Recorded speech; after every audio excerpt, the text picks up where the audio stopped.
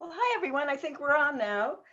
Welcome to Coffee with Friends. This is a program at the Monroe County Public Library, and it's presented by the Friends of the Library. I am delighted that our guest host today is the award-winning poet Ross Gay. And I'm Patsy Ron, and I'm on the board for the Friends of the Library, and I'll be hosting today's event.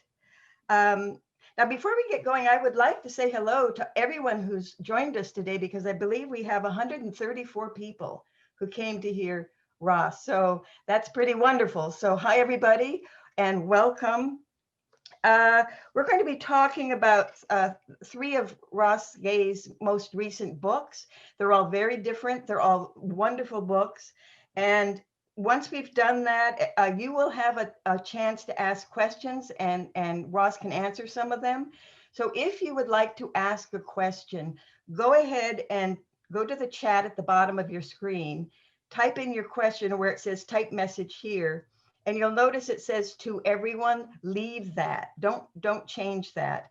So if you have a question for Ross during this event, just go ahead and type it in there. And at the end, we'll take time to go ahead and look at some of those. Also, if you'd like to donate to the library, which we're very grateful for, whenever you can do it, please go to the library's website.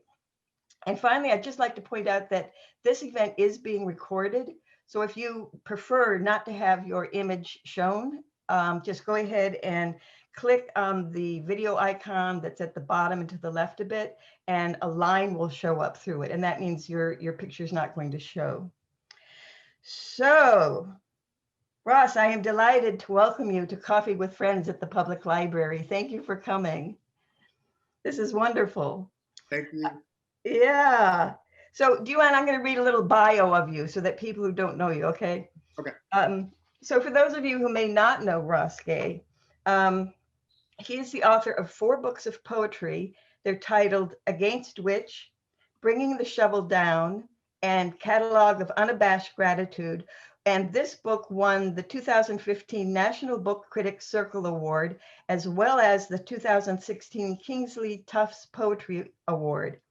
His most recent book of poetry is called Beholding a Poem, which was published just a few months ago. And he has a collection of essays titled The Book of Delights, which was released in 2019 and has already won the Indiana Author Award for Nonfiction. And it has been on the list of the New York Times bestseller list. So it's wonderful.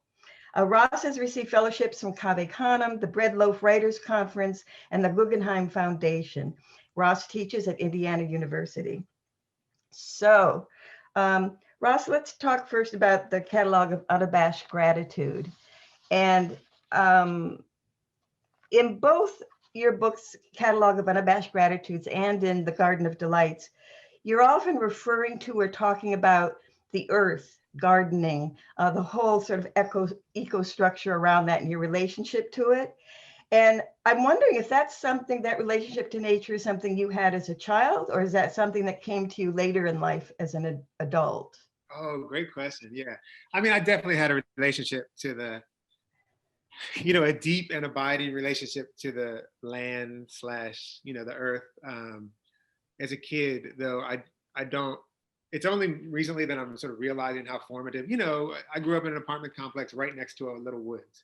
And we were in that woods constantly. And, it wasn't like being out in nature, quote unquote. Right. But we were constantly out there. And, and we had like a mulberry tree growing in the neighborhood. And we had, like crab apples, and we had, raspberry bushes on the edge of the woods. And so there was a kind of an abundance. I mean, not a kind of, like a profound abundance, a deep abundance, that is that I grew up with. I also, my folks both had their own kinds of relationships to the land. My mother grew up on a farm, and we would go visit her folks in Minnesota, for like a stretch of years every summer for a month. And my dad comes from land people, and all that said, the sort of articulation of my relationship to the land, like a sort of very conscious, intentional relationship to the land, did happen here in Bloomington. And it partly happened, I actually put on this shirt. That's the original Bloomington Community Orchard shirt, which is which is a little bit worn out. I don't know if you can see that. It's a little bit threadbare. It's a good shirt. It's a good shirt. And but you know, because I've worked with people on this orchard and have been like a little small participant in this beautiful, incredibly kind of luminous and far-reaching and practice of neighborliness that I think that community orchard is. So I learned a lot here, you know, and I can name like names like Andy Countryman and Michael Simmons and Lucille Bertuccio, you know, like all of these deep teachers and friends, Stephanie Solomon, on and on and on and on. And these are all Bloomington folks who kind of helped me think more about my relationship to the land. That's a long answer. That's a long answer, but it's a nice answer. But it's such a major part of your recent writing that it's just a thread. It's just a rich, you know, flavor in your writing.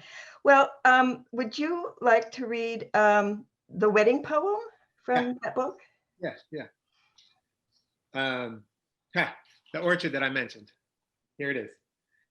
And this is for my friends Keith and Jen. Wedding poem. Friends, I am here to modestly report, seen in an orchard in my town, a goldfinch kissing a sunflower again and again, dangling upside down by its tiny claws, steadying itself by snapping open like an old-timey fan its wings again and again, until, swooning, it tumbled off and swooped back to the very same perch, where the sunflower curled its giant swirling of seeds around the bird and leaned back to admire the soft wind nudging the bird's plumage. And friends, I could see the points on the flower's stately crown soften and curl inward, as it almost indiscernibly lifted the food of its body to the bird's nuzzling mouth, whose fervor I could hear from 20 or 30 feet away, and see from the tiny hulls that sailed from their good racket, which good racket, I have to say, was making me blush and rock up on my tippy toes and just barely purse my lips with what I realized now was simply being glad, which such love, if we let it, makes us feel.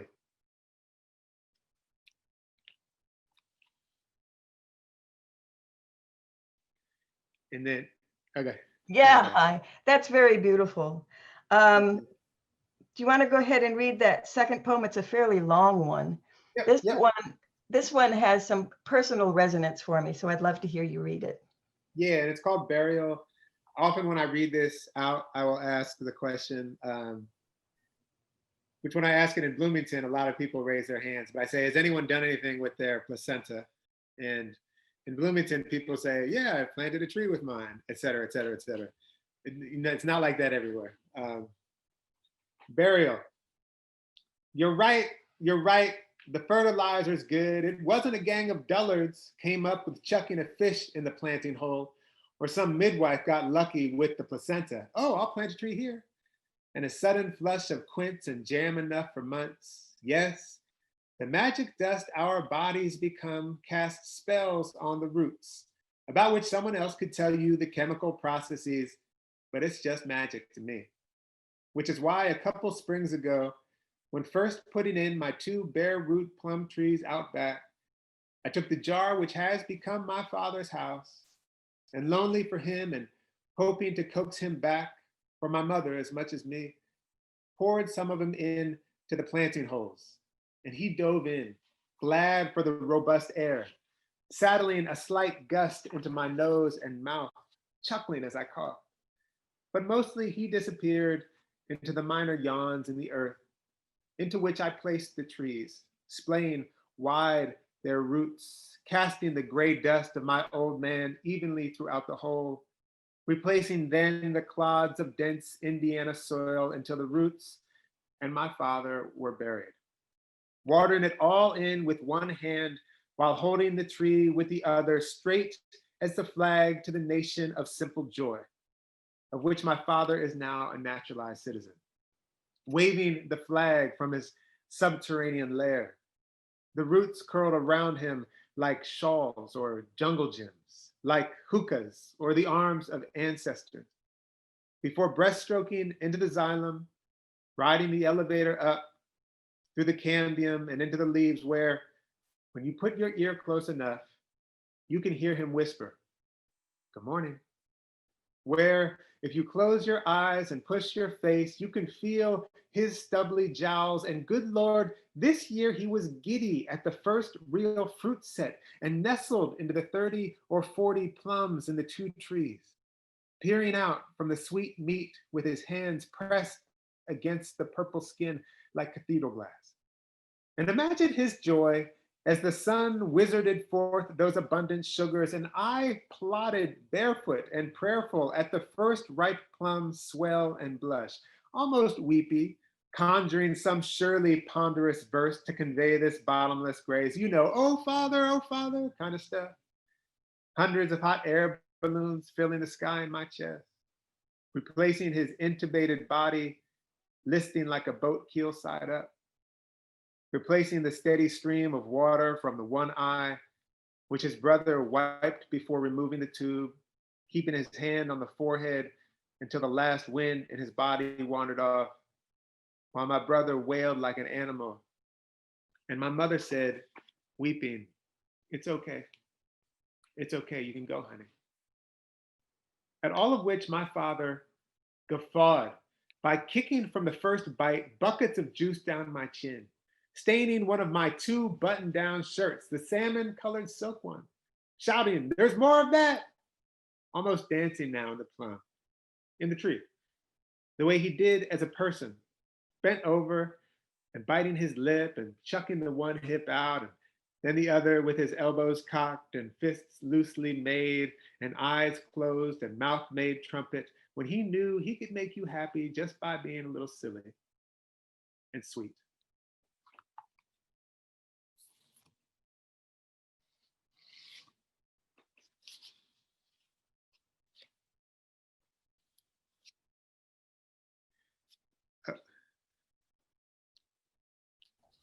That's such a wonderful poem. It's such a beautiful, song to your father. I mean, you really feel that man in there. It's wonderful.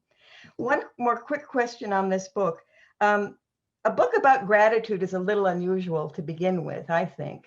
Mm-hmm. And the title is A Catalog of Unabashed Gratitude. That word is suddenly so amazing right there. Why did you add that? I was I was actually sort of, it was a funny situation. I was at a reading where it was a beautiful reading, but it was a reading that I left feeling a little bit sort of devastated by, like appropriately devastated. And I was like, I want to write a book of unabashed gratitude. I want to write I'm going to call my next book Catalog of Unabashed Gratitude. Oh. And, and I also, at the time in my ear, it sounded ridiculous. Like that was part of what I liked about it, like a book of poems called Catalog,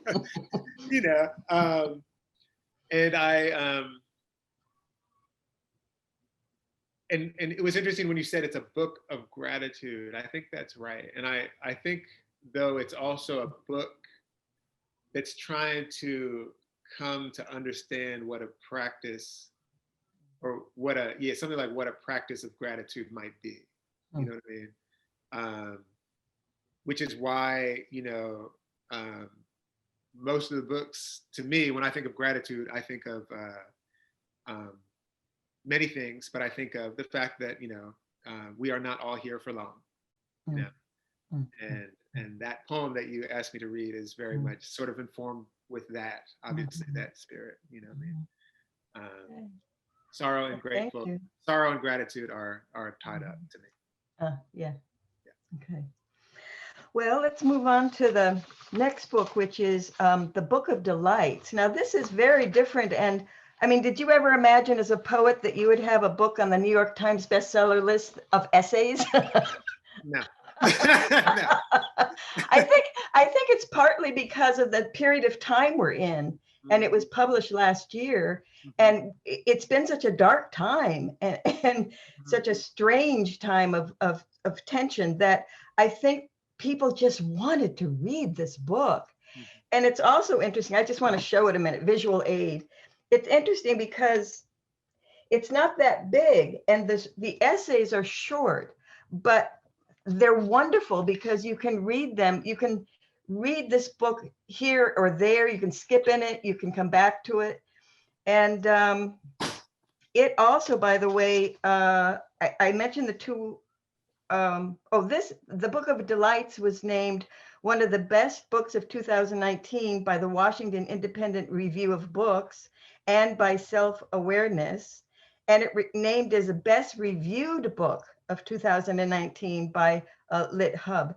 And I can really understand that because it's just a wonderful book, especially in this period of time. And I really suggest people read it because it's a wonderful thing. So do you want to start with Joy is Such a Human Madness, The Duff Between Us? Yeah. Actually, I might read them in the reverse order that you. Yep. Yeah. Yep. Okay, so this is Tomatoes on Board? Yeah. Yeah. Okay. Tomato on Board. So let me just tell you what the premise, for those of you who don't know, the way this book came to be. I was, having a delightful day. I was actually walking to a castle in Italy. Easy to have a delightful day like that. To a writing retreat, and on my way back from some coffee, and I was having a delightful day. Sunflowers, bees, everything was nice. And I thought, this is delightful. And I thought, oh, I should write a little essay about this. And then I thought, oh, maybe I should write a little essay about something that delights me every day for a year. So that was the practice, and that was the attempt. I didn't do it totally, but I wrote a lot of essays, a lot of bad essays, and I wrote a lot of essays. So they're titled like, This Is What Delighted Me Today. Number 80, Tomato on Board. And they're all dated too, which is kind of interesting. Yeah. Tomato on Board. What you don't know until you carry a tomato seedling through the airport and onto a plane is that carrying a tomato seedling through the airport and onto a plane will make people smile at you almost like you're carrying a baby, a quiet baby. I did not know this until today, carrying my little tomato, about 3 or 4 inches high in its 4-inch plastic starter pot, which my friend Michael gave to me, smirking about how I was going to get it home. Something about this at first felt naughty, not comparing the tomato to the baby, but carrying the tomato onto the plane. And so I slid the thing into my bag while going through security, which made them pull the bag for inspection. When the security guy saw it was a tomato, he smiled and said, I don't know how to check that. Have a good day. But I quickly realized that one of its stems, which I almost wrote as arms, was broken from the jostling. And it only had 4 of them, so I decided I better just carry it out in the open. And the shower of love began. It was a shower of love I also felt while carrying a bouquet of lilies through the streets of Rome last summer. People, maybe women especially, maybe women my age-ish and older especially, smiling with approval. A woman in a house dress beating out a rug on a balcony shouted, "Bravo!" An older couple holding hands both smiled at me and pulled into each other, knitting their fingers together. My showerers might have been disappointed to know I was not giving the lilies to a sweetheart this time, but to my friends Damiano and Moira, who had translated a few of my poems into Italian and were so kind as to let me stay at their place a couple nights while I was passing through. On the way to the vegetarian restaurant Damiano's ex-wife owns with her partner, we walked by what I'm pretty sure Damiano said was the biggest redbud tree in the world. It stretched for yards, lounging periodically onto the mossy earth. Its beautiful black bark glistened by the streetlights. Though translation is an act of love, so my showerers needn't be disappointed at all. Before boarding the final leg of my flight, one of the workers said, "Nice tomato," which I don't think was a come on. And the flight attendant asked about the tomato at least 5 times, not an exaggeration, every time calling it my tomato. Where's my tomato? How's my tomato? You didn't lose my tomato, did you? She even directed me to an open seat in the exit row. Why don't you guys go sit there and stretch out? I gathered my things and set the little guy in the window seat so she could look out. When I got my water, I poured some into the little guy's soil. When we got bumpy, I put my hand on the low guy's container, careful not to snap another arm off. And when we landed and the pilot put the brakes on hard, my arm reflexively went across the seat, holding the little guy in place, the way my dad's arm would when we had to brake hard in that car without seatbelts to speak of, and one of my very favorite gestures in the Encyclopedia of Human Gestures. And this one is called The Sanctity of Trains. 47, The Sanctity of Trains. That last one was June 9th, I think. Something I've noticed riding on Amtrak trains, like the one I'm on right now between Syracuse and Manhattan, is that people leave their bags unattended for extended periods of time. Maybe they go to the end of the car to use the bathroom, or sometimes they go to the far end of the train to the cafe, which smells vomity like microwave cheese. My neighbor on this train, across the aisle and one row up, disappeared for a good 20 minutes, her bag wide open, a computer peeking out, not that I was checking. She is not unusual in this flaunting of security, otherwise known as trust, on the train. Nearly everyone participates in this practice of trust. And without recruiting a neighbor across the aisle to keep an eye on my stuff while I use the bathroom, which seems to be a coffee room phenomenon. Trusting one's coffee shop neighbor, but not the people in line, etc. I suppose given the snugness of a train, especially if it's full, one might speculate there's a kind of eyes on the streetness at play. Although it seemed to me this morning, when I was first leaving my valuables on my seat for pilfering, my laptop and cell phone glittering atop my sweatshirt and scarf, most everyone was sleeping, and so provided little, if any, eyewitness deterrent. I suppose I could spend time theorizing how it is that people are not bad to each other, but that's really not the point.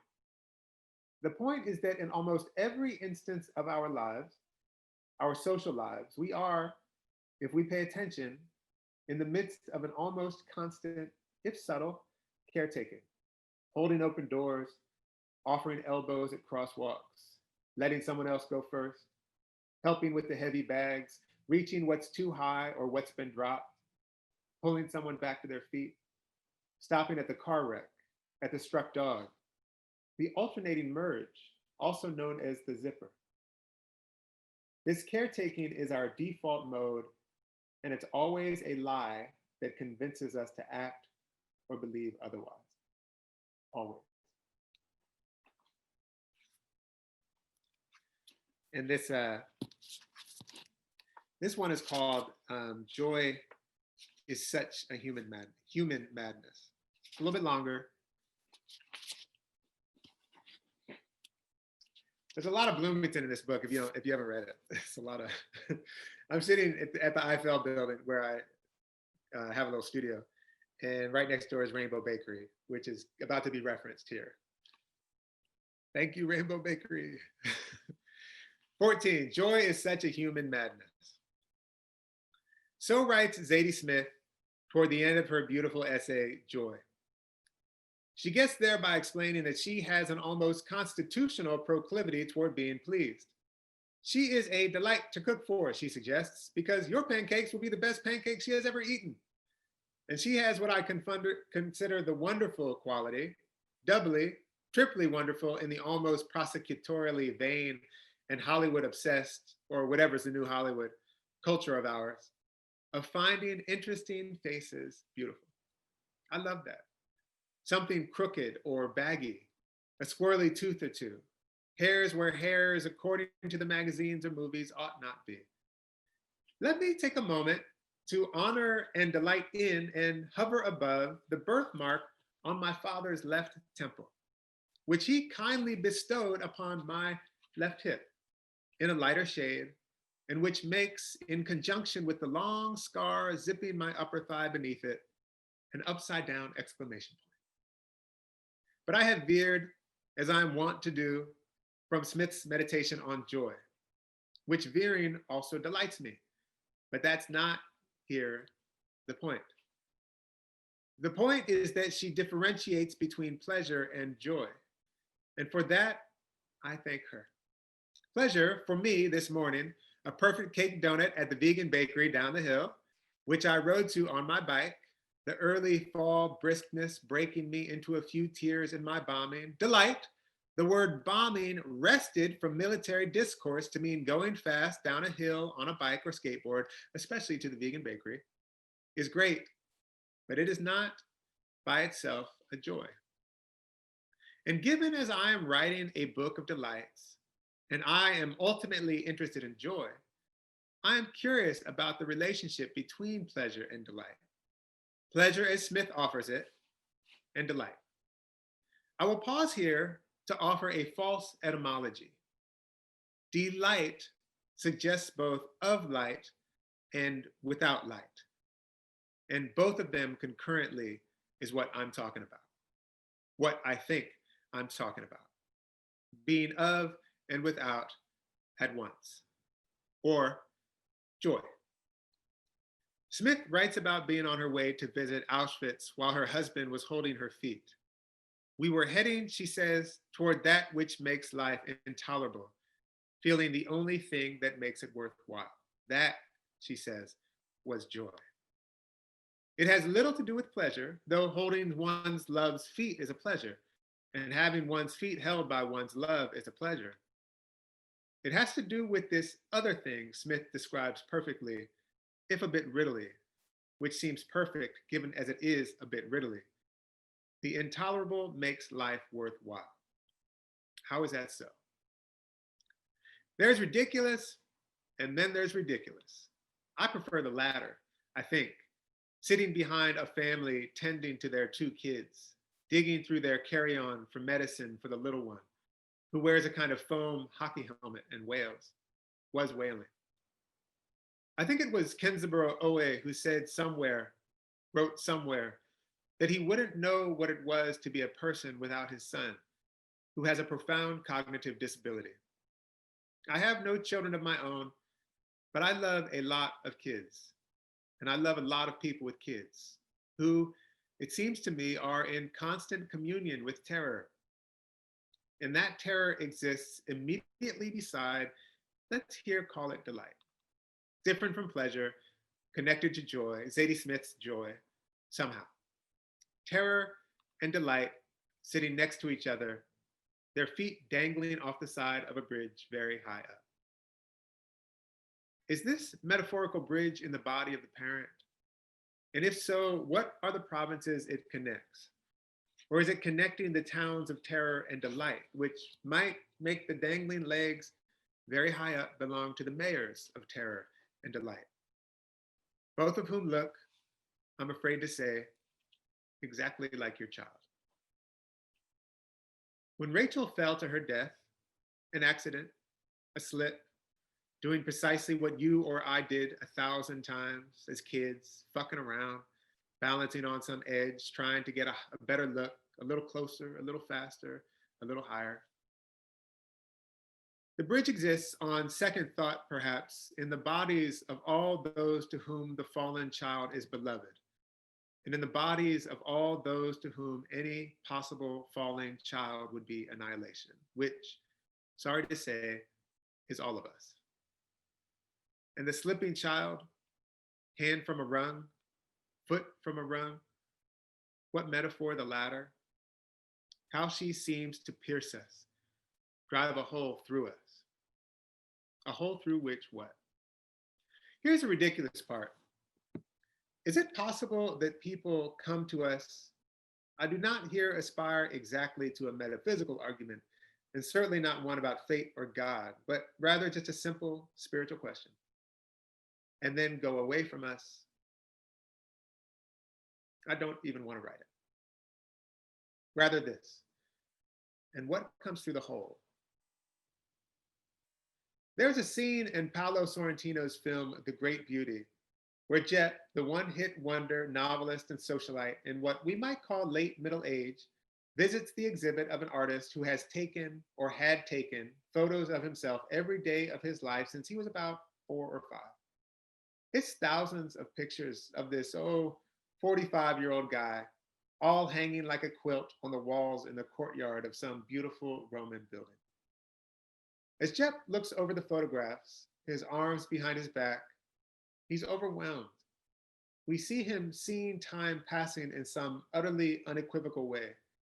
The boy's mussed hair, the skinny teen, the newly facial haired young man, the what?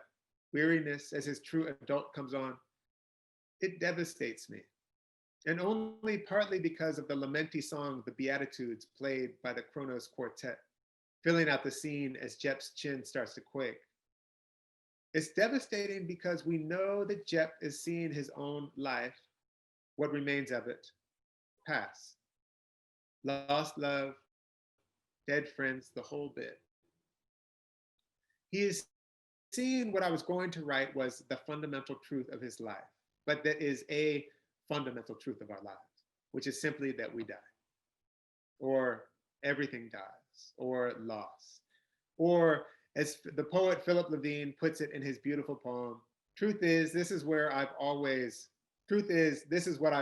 gathered from the title. The poem's kind of otherwise concerned. Animals are passing from our lives. Nothing expresses it better than that. And sometimes, maybe mostly, we are the animals. I dreamed a few years back that I was in a supermarket checking out when I had this stark and luminous and devastating realization, in that clear way, not in that, oh yeah way, that my life would end. I wept in line watching people go by with their carts, watching the cashier move items over the scanner, feeling such an absolute love for this life. And the mundane fact of buying groceries with other people whom I do not know, like all the banalities, would be no more so soon or now, good as now. It's a feeling I've had outside of dreams as well, an acute understanding, looking at a beloved's back as the blankets gather at her waist and the light comes in through the gauzy shades, lying across her shoulders. Watching my mother sleep in her chair, her mouth part open, the skin above her eyes exactly like mine, pulling the last fish pepper from the plant, looking at the line of mourners. It's a terrible feeling, but not bad. Terrible in the way Rilke meant when he tells us at the beginning of the Duino elegies that all angels are terrible. Terrible in the old German way. If you think I know what that actually means, I have a bridge to sell you. Or maybe more accurately, in the romantic sense, or in the Burkean sublime sense, which speaks to obliteration and annihilation. All angels remind us that annihilation is part of the program. And those terrible angels, the angel of annihilation, is a beautiful thing, is the maker too of joy, and is partly what Zadie Smith's talking about when she talks about being in joy. That it's not a feeling or an accomplishment, it's an entering and a joining with the terrible, the old German kind. Joy is. Among the most beautiful things I've ever heard anyone say came from my student Bethany, talking about her pedagogical aspiration or ethos, how she wanted to be as a teacher. She said, what if we joined our wildernesses together? Sit with that for a minute. That the body, the life, might carry a wilderness, an unexplored territory, and that yours and mine might somewhere, somehow meet, might even join. And what if the wilderness, perhaps the densest wild in there, thickets, bogs, swamps, uncrossable ravines and rivers, have I made the metaphor clear? Is our sorrow. Or to use Smith's term, the intolerable.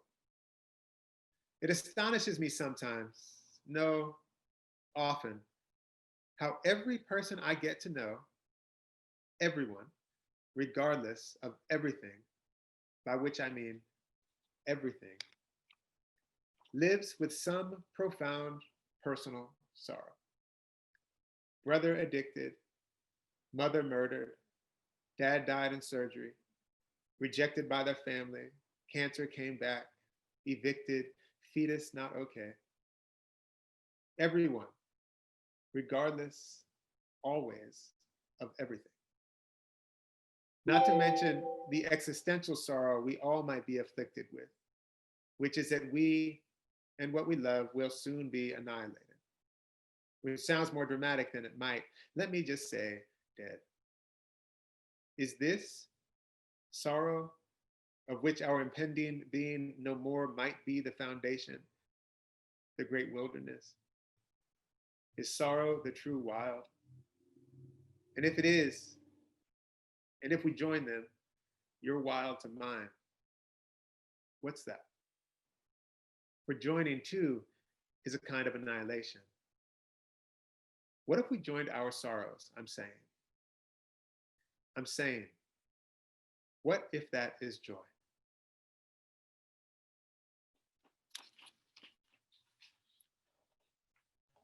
Thank you. I'm glad you had a chance to read that long one, Ross. You do something in your writing that I really enjoy. You often make little comments to the reader, little asides to them, and that's just, you feel like you're right there with you. You're talking to us, right?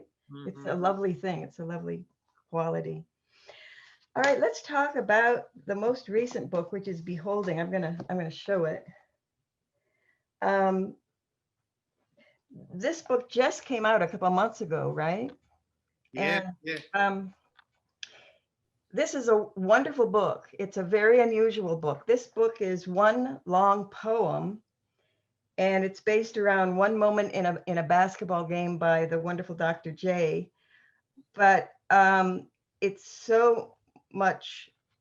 Did I say that right? Dr. J. Yeah. Yeah. Julius Irving. Yeah. So, but it's so much more than that. What you're doing, he like takes that moment in basketball he's describing, and he sews like this. He goes up, and you hear the basketball story. He goes under, and you hear a whole nother story. He comes up, and he goes on. He sews the whole book, and it's like reading a novel. It really was. It felt like I was reading a novel, and I read it in one reading, and it's just a wonderful book, and I'm sure it's going to win many awards. It's really unusual, and it's beautifully done. So in order to have some time for questions, why don't we go straight to reading a section? Would that be all right? Yeah. You want to read that section of this book? Yeah.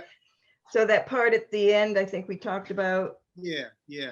And so the deal on this book, it's that was a beautiful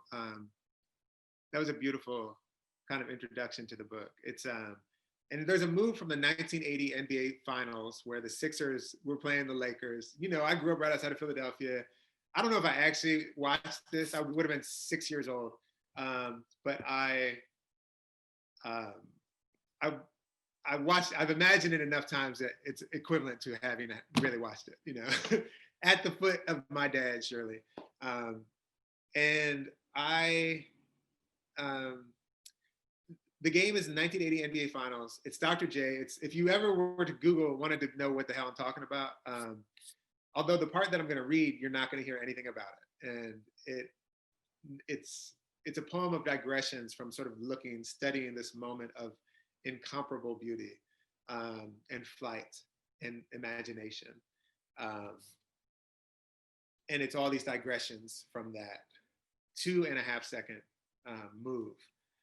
So Dr. J, Julius Irving, he was, for some people who don't know who Dr. J is, he was like, there is no Michael Jordan without Dr. J.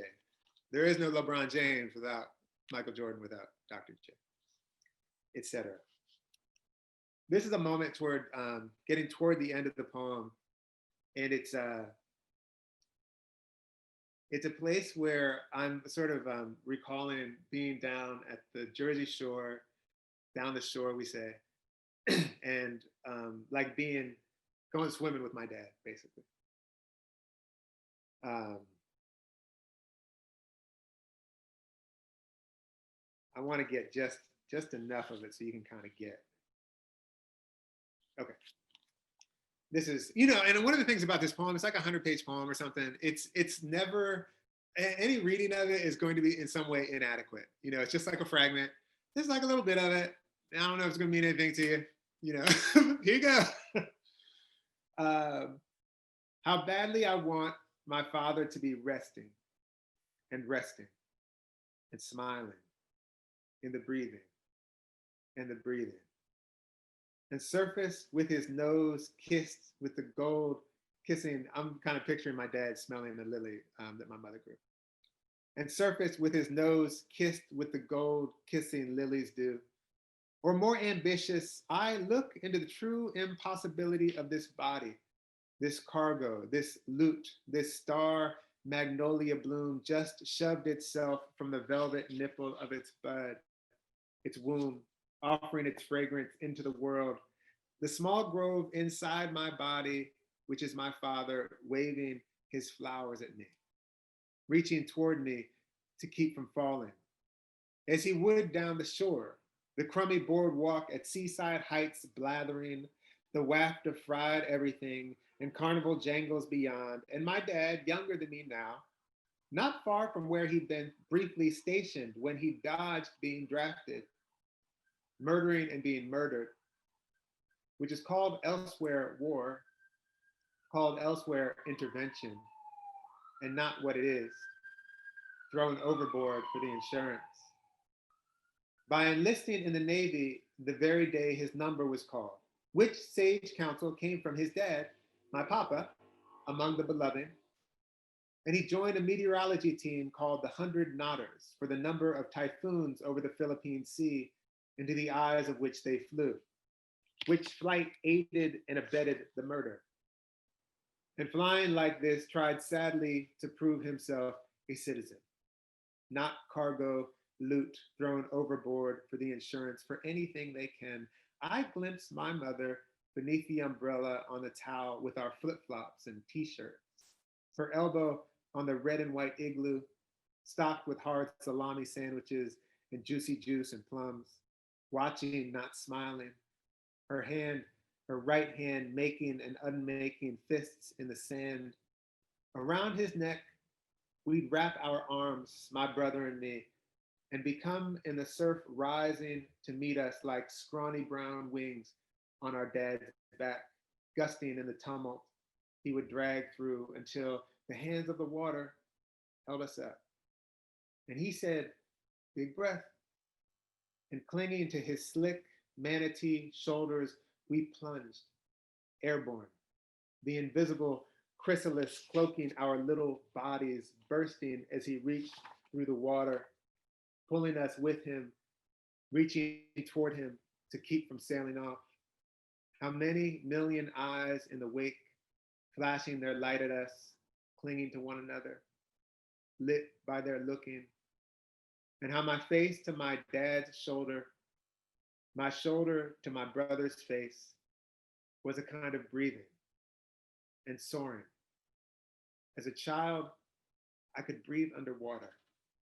My father pulling us through the thick air, pulling us through the pulling us by reaching his arms as far forward as he could and dragging them back toward us to keep us from falling, to keep from falling. Like that, he'd be holding us. And in this way, flew some from the overboard, and likewise showed us how to fly some from the overboard by reaching toward what you love. I'll pause there. All right. I highly recommend this book to everybody. It's you have to just start at the beginning and let yourself go with it, and it's absolutely beautiful. Beautiful, beautiful writing. Well, Ross, how about we take some of the questions that have been coming in? Yeah, I see a couple that I could actually kind of address right away. Yeah, good. Great. Go for it. So there's one question that I'll read that says, at what age did you start to enjoy and write poetry? I found that the units taught in high school focused on traditional poets like Walden, and I wish we'd had more poets like you because I think there would be more appreciation for the genre.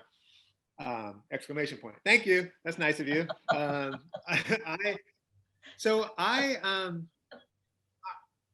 kind of like this question in part because I didn't do anything in high school that had anything to do explicitly with writing poetry. Like I didn't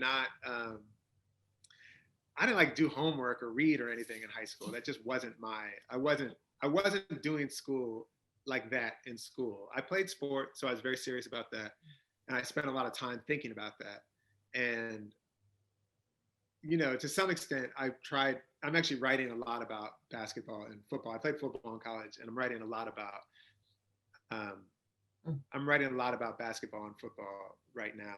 And in some real way, my objective with school was to probably figure out a way to get to the next step to college, but also just to stay eligible so I could keep playing sports. But when I look back, you know, I read one book in high school, and it was Albert Camus' The Stranger. And I was like, whoa, that's pretty good. That's a book. That was pretty good. Now, I read comic books like crazy, and I think I had the whole, all but like 3 of the Power Man and Iron Fist whole collection, starting with Luke Cage, Hero for Hire, all the way through to the last Power Man and Iron Fist. And my dad like threw them away. He just was like cleaning up too much, I think, one day or something. He threw them away. And so I read as a little kid, and then I also was deeply into music. So I'm swerving into the answer a little bit now. So I had this comic book life, and I was also deeply into music. And I can remember my father when I was little. I don't know, they were watching TV, my mom and dad or something, and I was listening with headphones over my ears, his big old headphones. I imagine I was listening to Earth, Wind, and Fire, which was one of my favorites when I was little.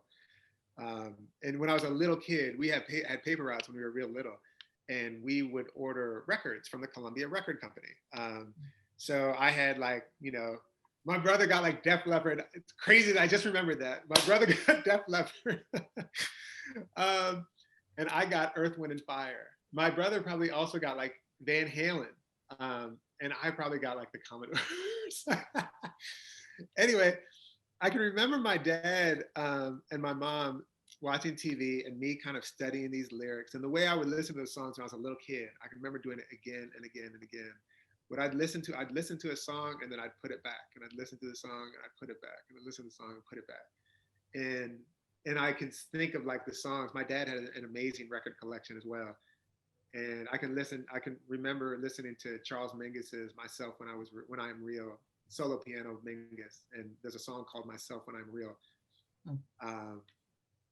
When I realized how much I was listening to that while in the process of like, you know, developing into a proper adult full of evasions and bullshit.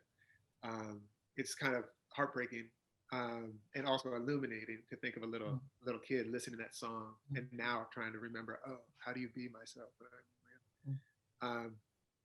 But also Al Jarreau's cover of Blue Rondo a la Turk, and you know, they had like a print of Simon and Garfunkel. Yada yada. But while I was reading these things, I could hear through the headphones my dad saying to my mother, well, at least he's reading something. That's all to say, like, you know, I wasn't interested in I wasn't interested in school, and I wasn't interested in that kind of reading, but I feel deeply like I was actually studying.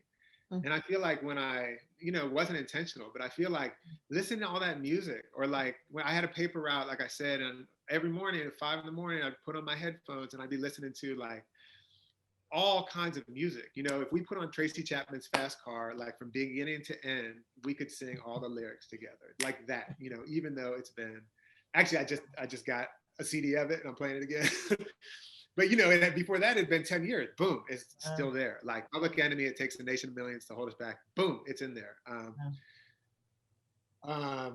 So that's kind of, I feel like there are all these things, you know, we grew up in a big apartment complex, and we were playing and figuring things out constantly. Like there was all this kind of social life that I feel like was part of an imaginative life, that even though at the time, no one would have been like, oh, you're learning how to be a poet.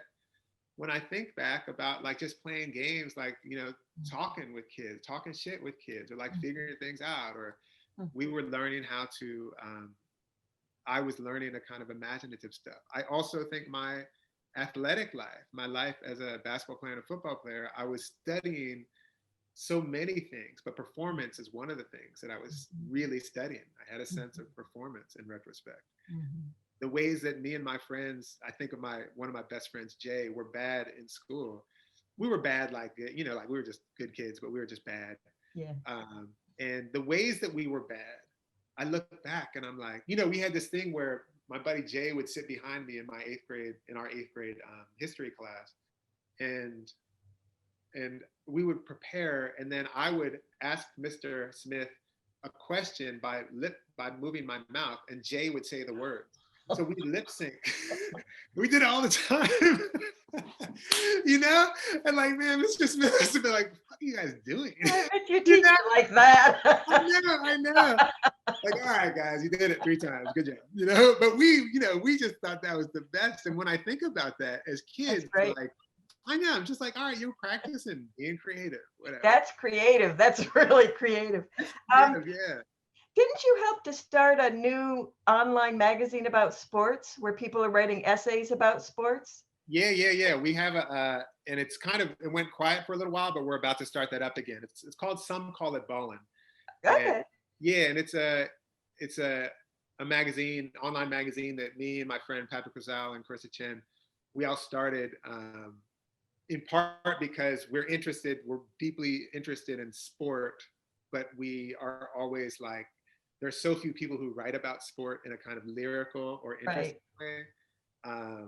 So, yeah, and I want to say, like, I had a teacher in college who introduced me to the work of the poet Amiri Baraka, and then boom, I started reading. So I was basically a sophomore in college when I started reading in a serious way. Okay. There's a question there, a lot of nice questions. Did writing the Book of Delights have lasting impact on you and your experience of being in the world? Curious about your take on the practice of gratitude. That book absolutely had a lasting impact on me. And in part because it helped me do at least 2 things. One of those things is to have a kind of ethic of, or a practice and an ethic of noticing, articulating, and often sharing what it is that I love. In a way, that's what the project of the book was, because I was writing these things and I knew I was writing them in a way to share them. And it is interesting too that so often the things that I was witnessing that were delights were instances of this, someone sharing something with someone else. But that, having the clarity about that as a kind of possible thing to do, to just like regularly notice, articulate, and share what it is you love. I think that sort of changed I think that has been a useful addition to my life. Also, this question of joy, that essay, that long essay that I read, I went into this book thinking I was writing about delight, but I came out of it knowing that what I was writing about and will, for here on out, be writing about is joy. Like, that's my subject. That's my inquiry. And everything that I endeavor to do here on out, I'm curious about how it is how it's participating in, how it relates to whatever, joy. And when I say joy, it's the joy that I was sort of trying to think through in that essay, like a sort of serious, grave, adult, full feeling.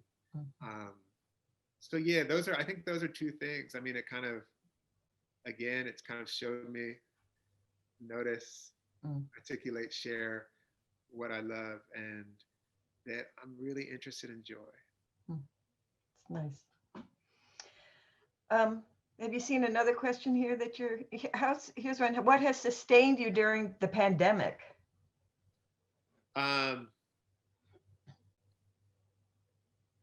My relationships. I